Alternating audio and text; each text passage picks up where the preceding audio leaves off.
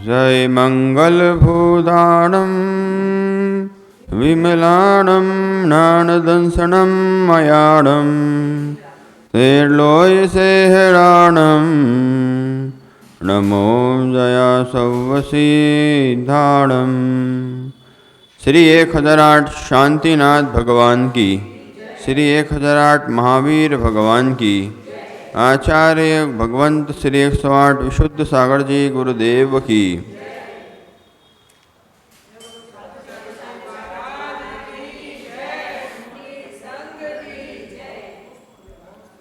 भव्य बंधुओं, अंतिम तीर्थंकर भगवान वर्धमान स्वामी के शासन काल में विराजमान होकर हम उनकी पावन पीयूष देशना का यहाँ रसपान कर रहे हैं।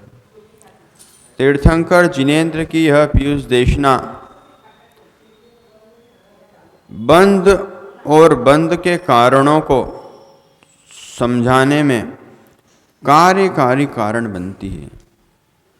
जब भी जीव बंधेगा कर्मों से तो बंध के पीछे, कर्म के पीछे कारण छुपा होगा।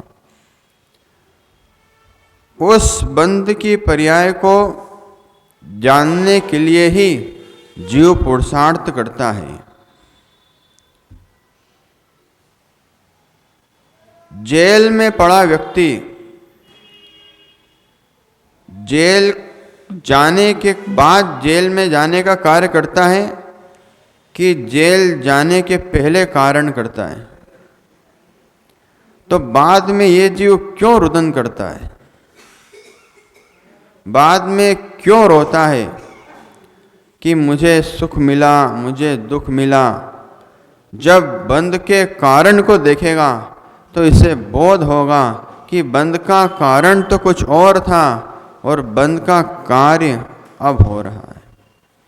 इसलिए भगवान ने कहा, सर्वज्ञ देव ने, कि हे जीव, कभी सुख में, भौतिक सुख में अपने आप को सदा सुखी मत मानो, और भौतिक दुख में, शारीरिक वेदना में, शारीरिक पीड़ा में, शारीरिक दुख में अपने आप को दुखी मत मानो। जब दुख का काल आए, जब तुम कारण को देखना तो तुम मुस्कुराओगे। जब वेदना का काल आए, जब बुखार चढ़ाए, अजमेरा हटपिपलिया वाला यही कहेगा कि महाराज जी फिर बुखार चढ़ जाए शरीर में, फीवर बढ़ जाए, 100 डिग्री, 105 डिग्री, 110 डिग्री बुखार आ जाए तो क्या करना? तुम बंध के कारण को देखना। ये बुखार चढ़ा है, तुमने सर्दी के समय में आइसक्रीम पे पानी पिया था, तुमने गर्मी में धूप में चलकर पानी का त्याग कर दिया था। धूप में भी सर्दी होती है, ठंडी गर्मी की भी सर्दी होती है, और सर्दी में भी अगर अपत्य का सेवन हो जाए तो कफ आदि की शरीर में वेदना प्रारंभ हो जाती है। तो कारण को देखेगा ये जीव तो कभी भी ये रुदन नहीं करेगा। धर्म के लिए झूठ बोलना पड़ जाए तो बोल देना, धर्म के लिए झूठ भी बोलना पड़ जाए तो बोल देना। धर्म के साथ तुम बुरा कार्य मत करना, और जब धर्म करते करते तुम्हारे बुरे दिन चालू हो जाएं तो ये मत कहना कि ये बुरे दिन धर्म करने से हुए। बुरे दिन जब चालू होंगे तो ये समझना इस कार्य के पीछे कारण छुपा हुआ है। लेकिन कारण मेरा धर्म करना नहीं है, कारण मेरा अधर्म करना है। जो दुर्गति में जाएगा वो धर्म से जाएगा कि अधर्म से जाएगा? अधर्म से जाएगा ना। तो अधर्म से जाने वाली गति को क्यों दोष देता है? अधर्म के कारण को दोष देने लग जाए तो अधर्म पना छुड़ जाए। कभी भी बुरा कार्य करके तुम सफल हो जाओ, कभी भी तुम बुरे रास्ते पर चलते चलते सफल हो जाओ तो ये मत कहना कि ये कार्य धर्म ने कहा करा है। वहां कहना ये कार्य धर्म ने नहीं करा। पुलिस पकड़ ले तुमको, महात्मा पकड़ ले तुमको, घर वाले पकड़ ले तुमको, कहने लग जाएं कि तुम जेल में क्यों आए, बुरा कार्य कैसे करते मिल गए, तो ये मत कहना कि धर्म के कारण मुझे अच्छा कार्य होना मिला है। धर्म का नाम मत ले लेना, नहीं तो तुम्हारा धर्म बदनाम हो जाएगा। बोले तुम शांति धारा करते हो, बोले नहीं करता। भगवान का अभिषेक करते हो, नहीं करता। गुरु के पास जाते हो, बोले नहीं जाता। कोई धर्म का मैं पालन नहीं करता, साफ मना कर देना।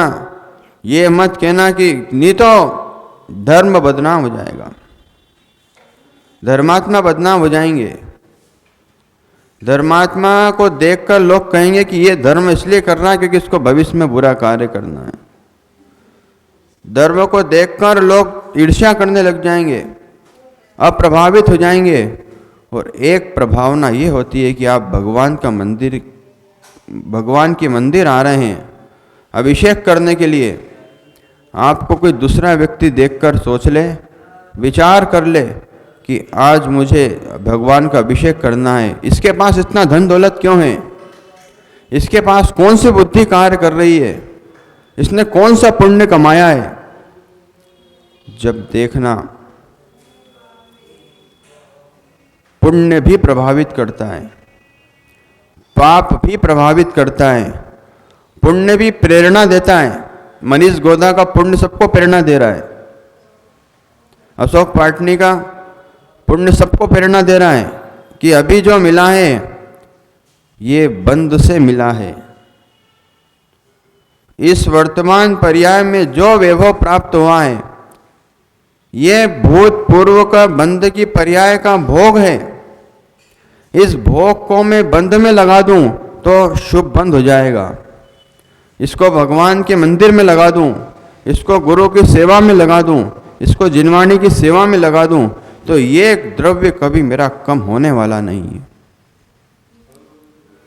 जिन जिन जीवों का द्रव्य कम हो रहा है उनको पुण्य बढ़ाते रहना चाहिए। बाटनी जी,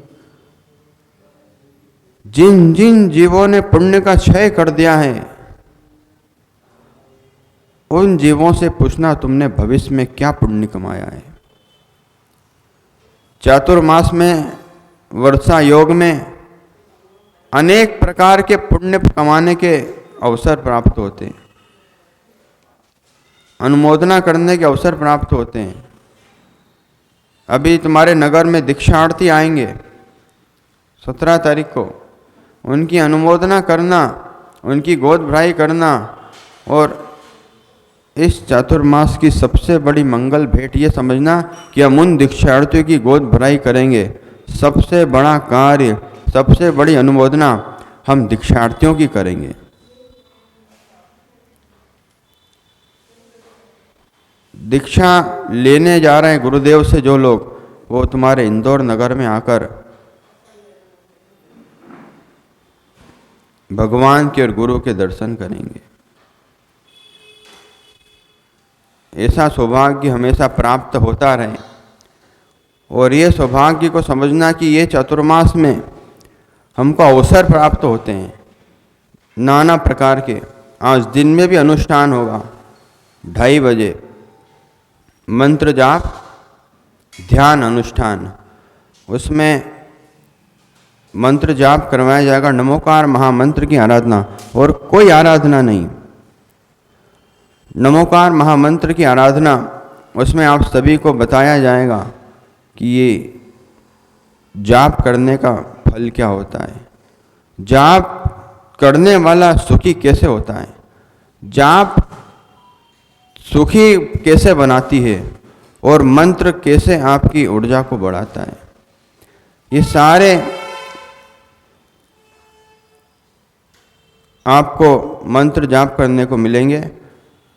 2:30 बजे का ध्यान रखें, समय पर आएँ, इसलिए अभी जल्दी छोड़ें ताकि 2:30 बजे जल्दी आ जाएं। इन्हीं मंगल भावनाओं के साथ बोली शांतिनाथ भगवान की।